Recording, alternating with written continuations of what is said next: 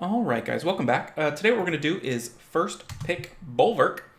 Kind of for my tanky Molong-ish comp. I've been trying all the different components as the first pick option, and I haven't tried Bulwark yet, so I thought it'd be a perfect time to give it a shot. We'll talk about the pick bands, and we'll talk a little bit about what the thought is in each step of the way. Alright, let's stop right there. Maybe. Nope, stop it. There we go. Bulwark's a pretty central component to at least the way I play this comp. I've seen some people who really want to get the Molong and the Harmonia out first. There's not a lot of competition for any of these three monsters, so none of them make a ton of sense as a first pick. The reason why I like Bulwark early is that he's a great counter pick. Like if I put down Amelia before Bulwark, my odds of getting Bulwark are very low. So I like to do it in the reverse order. I want both of them every round. They're both pretty integral to the comp. So I was like, why not just take out all the other stuff I was doing and just put Bulwark down first? He's a great healer. He's a buff remover. He's a damage dealer. Like he's doing a lot for my comp, and I kind of need him. Or at least when they ban him, I feel his lack. I feel the lack of Bulwark. So I like to get him in every match. So that was the thought here. The opponent put down what to me was looking like a control team with the Tiana Hathor. So whenever I see that, I put down my two best anti-control options, which are a Violent Amelia, which is a great option, and then Josephine, which is a pretty good option. I'd like a Juno, and then I also have some thoughts about maybe like an Annabelle in there. I don't know. That might be a little too much. But that's what I've got, so I'd put that down. That's my next step.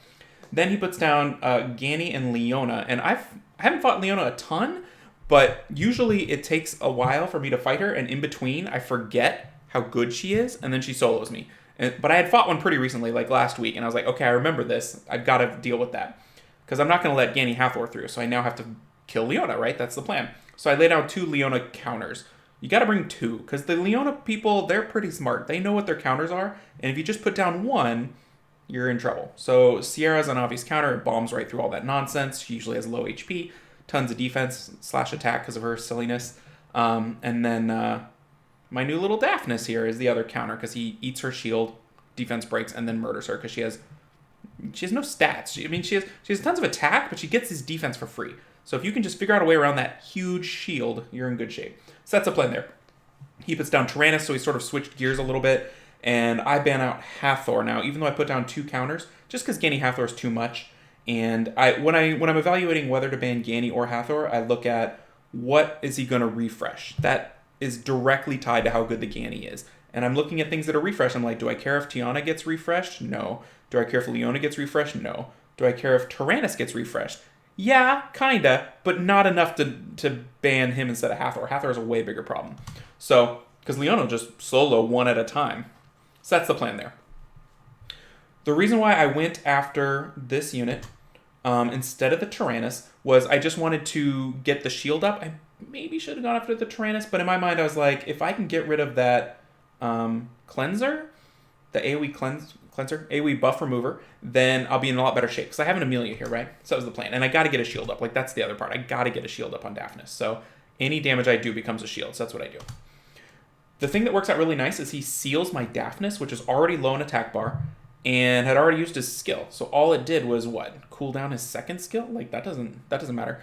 I'm really happy he did that because it left my attack bars of my other monsters fine because they all had immunity. So that was kind of a wasted thing by him. Not that he had a ton of choices. The Gani pick's kind of wasted in general here.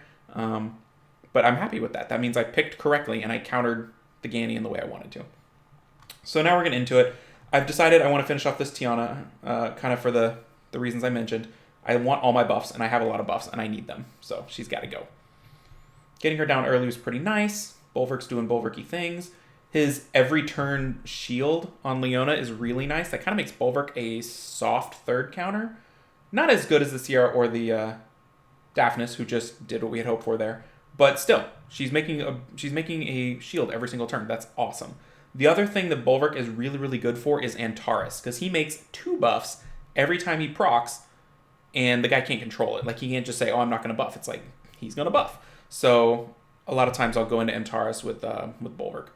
He's really good for that. So that was it. I think he might have autoed. I don't know why he would revive Tiana and not Leona there. Maybe there's a reason. I don't know. I think that it was a mistake. I don't know if it was him playing and actually making a mistake or just he autoed the end of it. Just to see. I'm not sure the revive would work like that on auto, though. It would revive the furthest over. I don't know. Usually you revive the closest to the left. All right, there's our Bulwark. I remember this one. So we'll wait till the picks are down to talk about it. So I get stuck into a Diana Antares, which already makes your odds of winning low. But I've fought a lot of these Beast Riders lately, and I really think that a Beast Rider, I mean, like all of them, the red one a little bit less, but all of them, they're as big a threat as Hathor. They win all the time, and there's nothing you can do about it. If you let them go through with Vanessa, your odds of winning are very, very low. That combo is brutal. It's hard to deal with. You just can't kill them enough times, and they live forever, and they do horrible things, and yeah, so I can't let it through. So I have to face that Diana versus Antares. Probably a mispick on my end. There's probably a couple better options to deal with that Shiho, like maybe a Sierra would have been nice. Get a speed lead, get some defense ignore action going. But that's what I picked. So here we go. They banned the Bulwark, which made me sad. Because Antares, that would have been nice. I'm pretty sure this game all boils down to one big misplay by me. Yeah, this is that one. So he's working on the Diana, which makes sense. I've got the Harmonia to help if I get like really hit hard. There it is. I switched forms. I got greedy. He hadn't proc yet. It was probably one of the worst times I could ever switch forms. And yeah, don't do that. I should have just buffed a shield, taken my time, waiting for the right moment. I was stable. Things were looking okay. If you can get Tyrannus to the end game, Tyrannus is just a terror. But he locks me down into my little person form, and then I revive up because what else are you going to do? But I'm still in person form, and I'm just so far behind. So far behind. Like, I'm doing everything I can to fix the problem I created instead of create problems for him, which is bad. You're just on the defensive, and my team is not super aggressive anyway. So, yeah, that's a loss. And it's one of those things. I'll remember this loss for however long I retain things and be like, okay, don't do that. But then, eventually, a week or so later, I'll be in the same situation. I'll get greedy and I'll be like, oh, this is the time. And then the same thing will happen. So that's how I learn. I make mistakes and then make them again later because I forget about the mistake I made before. So that's the end of this match. With Tyrannus, though, you kind of want to just hang out. So I give him every chance I can to clutch something out. I mean, it's possible he could like back-to-back kill with a proc. I mean, he hits really hard, and then HP starts going down on these monsters with no defense, and he's got defense buff, and it's just good things happen. But not this time. So we're 1-1, Bulwark first pick. I think this little section of games was kind of a tough little area for me, so we might have more losses than normal. Good game, Nitro. All right, now we're going to fight this thing. Oh, I remember this one too. This is a good batch. This is a good one. I remember this one. This was the last couple of matches. The last one was definitely my fault. This one, you'll see. He brings a mole along, which is interesting. Okay, let's take a look. So, Bulwark first pick. He picks interesting stuff. He doesn't pick any buffs other than the Daphnis shield and whatever Odin takes. Those are his only buffs, so that's smart. The Bulwark kind of influences the way the pick ban goes a lot, maybe more than... You don't see a lot of Frans, right, when you first pick Bulwark. They're not wanting to feed the Bulwark. They don't want to give you that option. So that's kind of nice. You don't have to deal with Fran as much. Maybe I should figure out a way to capitalize on the fact that I'll see less immunity. Maybe something like a Helena or something that just tears apart things without immunity. That might be nice. But I haven't gotten that far into this yet. This is experimental, so that's the plan. He's got one major control threat with the ability to make it happen with the speed lead, so that's a problem. I picked Diana to counter everything he had shown to that point. He brings in the Daphnis at the end, which is a little Diana counter there. But yeah, whoa, it went gray. Why did it do that? Will it fix itself? Okay, it did. That's weird. So he Hellfires into the Tyrannus, which I think is smart. Probably what I should have done the other game. Thank goodness it lived. Now he has to use both his nukes on the Tyrannus, which I'm really happy with. Just blowing both those nukes turn one on something that's not dead is great. That's really, really good. And we're obviously going in on the Odin, because the longer you let him live, the more he's going to murder you. So we kill him once. Now we got to go kill him again. Diana procs. Yes, good job. He steals. He violent procs. That's not good. I don't like that. Yeah, that was a Violent Pro. Violent Odin. Scary. Alright, we heal up big time with the Bulwark. He managed to kill the Tyrannus. Which, I wish Tyrannus was here, but, you know, can't have everything. So now I'm feeling pretty good. I'm ahead in attack bar. I've got double water against double fire. Diana's still alive. We take a big chunk off of Daphnis. He takes a bigger chunk off Diana. Which I'm trying to think of a way to, looking back on this match, is there a way to keep the Diana up by not buffing? Because if she doesn't have a buff, I don't think that kills. And there's probably a way. My mind wasn't there. I don't know why I'm so obsessed with immunity other than buffing Bulwark. But maybe I could be in pony form and, you know, wail on this Daphnis. This, I think, might have been another major mistake. I had 5 stacks, and I took him off of the Chiwu. My thought was I needed the health, and he probably had more health than Daphnis. But leaving the Daphnis up with his shield, I think, is a huge problem. I mean, I steal it there, so maybe I'm wrong, but... yeah, we're not getting stuns off the pony or anything like that. And I mean, he murders without even a buff. So it's the flat HP steal, where he takes a flat amount of your HP that's so good against water. Like, and then here, oh, that's so sad. We're this close. If I had put, you know, a little bit more something on my pony, we win that one. So that's a loss. I think we're 1-2 now. Maybe 1-3. I think we won once. But I think that loss was a 50-50 toss-up. There was a couple little decisions on my end that I could have changed. I'm sure there was decisions on his end he could have changed. A match like that you generally feel good about because you know you basically did the right stuff. Like, as long as you do the right stuff on the pick ban and roughly in the play, you're fine. It's when you do really, really wrong stuff and you don't realize it till after the loss has occurred. That's when you're mentally not in the game and not being smart. Which, hey, look at this match. Let's see how this one goes. I bet it will not be a foreshadowed at all. I picked the Hathor because he had no immunity of any kind.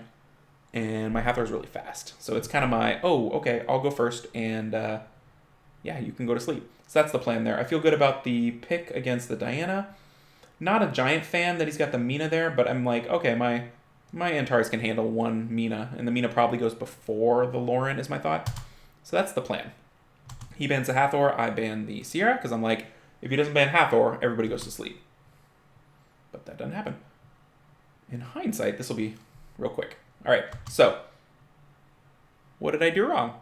I forgot that Yanhong will give Mina 2 turns. And that's it. It's already a 3v4. He's got Yanhong Diana. I have no counter. We're done. That was just a mental mistake. I think leaving the Sierra in would have been way better because I'm full will. Taking the Mina out would have at least given me a decent shot on turn 2. Because I'm a turn 2 team. And if I allow a turn 1 team to make my turn 2 have 3 units, that's bad. That's real bad. So don't do that in the future if you're me. That was what I was talking about. That was a unwinnable match from the beginning. And that's my fault. I put him in a position to fail and didn't realize it. And I had the ability to make that not happen, and I didn't. I didn't ban correctly. So, oops.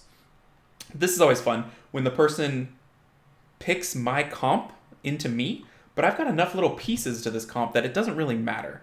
Like, you can have Molong and Tyrannus, and I can still cobble something together, because really I need 3 of 5 pool, those 5. I need 3 of those, and one of them has to be a healer. So either Bulwark or Harmonia.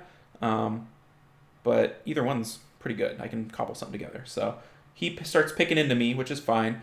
Maybe that's his normal comp, maybe not. But if you can force people to pick monsters that aren't their normal picks, you are in really good shape because they're less familiar with them. They're not as well runed. So when people start picking outside their comfort zone, you're doing great. Interesting choice here. He picks the Magnum as a counter to buffs, which it is, but it's not a counter to tank monsters with buffs, I don't think. It's a counter to, like, Illusion, and even then it doesn't always kill Illusion. Like, I have one, which probably makes me comfortable with it. Maybe not, other people aren't, but I know kind of what he's capable of on the best runes, and it's not that much. Like, you'll face a Bastet, and he'll get to cut, and you'll try to kill Illusion, and it won't die, and you're like, if it can't kill Illusion, how's it going to kill a Bulwark or Harmonia? You know, it's probably not. So I see that, I'm like, cool, you can have that. Then he picks Diana, which is nice. And then the Josephine, I think, is also kind of curious. He's clearly over worried about the Hathor. And to me, when he picks the Josephine, I'm like, oh, I'm going to get to keep the Hathor. Awesome. That's my assumption, because why would you 5th pick something and then ban what you're countering? But look at that. We both, it's like he double, triple outthinks me, and he's like, I'm going to put it here, and then I'm going to still ban the Hathor, and then he's going to ban the counter, and then I'm going to get everything I want. I'm like, okay, but then I get the Antares to your Diana, so I think I'm in good shape here. Really, I think if I was him, I would have probably tried to make his Diana good by getting rid of the Antares if you could. Put up, well, I don't know. It's tough because then you get Hathor. Maybe a Juno, I don't know. Anyway, that's what we got. This comp gets stuck without a lead too, which is sad. All right, so we're immediately going all in on the Covenant because we don't want to leave him around too much because we like buffs and we want to buff a lot. Nice early sleep. Pretty lucky. He's thinking the same thing. He's all in on the Antares, and I'm all in on the Covenant. Covenant, Magnum. And it's going great. I'm feeling good. And early on, my Amelia in human form can tank a Diana pretty good. Like, she's beefy. The one thing I'm getting better at with Amelia is turning into a pony more. I used to just leave her as a human. She can do a lot as a pony, and she's not a threat to get hit as a pony. So I need to do more of that. And now we're feeling great, because we killed the Magnum pretty quick, and we've got Antares, 2 healers, and a Diana that's stuck in human form. So feeling pretty good. Hey, look, Magnum's back. Never mind, we traded. That's fine. See, look at that. I mean, he almost kills, but we're kind of later on in the match. So yeah, the almost kills is, that's the problem. Yeah. So we win that one. And we actually face that guy again a little bit later. So that was it. We're going to go look at the Bulwark stats, because that's the guy we've been talking about this whole time. There's Molong. There's Bulwark. So 258, 42k HP, 8, 1400 defense, 60% accuracy. I've seen a lot of them higher on res. I'm looking into that. I'm thinking about that. But my team is Amelia, Harmonia. Like, my team's immunity and cleanser. So is res the best use of my stats? Probably not. Because if people get incapacitated, it doesn't last very long. So that's kind of my thought on that. So I'm not dying to put him heavily into res. I might put him a little more accuracy and maybe a little more attack. Give him a little bit of a pop. Because, yeah, when it's just him with skill 1, not a lot of good things happen. It's fine. So that's him. He's on broken. Well, technically it's not broken. It's 3-2 sets. Focus, will, Nem. I like the Nem because people try to hit him and then he gets more turns. I had him on shield before, and what would happen is it set me up to be Daphnis any comp I brought him with, which is fine, but, you know, I want to bring him with my Triana, who is Violent Nem, no shield. And that's a nice little Daphnis counter. So I took him off shield because if I don't get to use his skill 3 to start, that's okay. I don't actually get him in Molong too much. So I usually play more like a long game with him as a healer. So that's why he's off shield. So that's it for first pick Bulwark. I hope you guys enjoyed it. I'm enjoying this playstyle. It's kind of weird. It's kind of different. It doesn't rely on defense break. It relies on like living forever and then reviving and stuff. So kind of interesting. Until next time, I will see you later. Take care, everybody.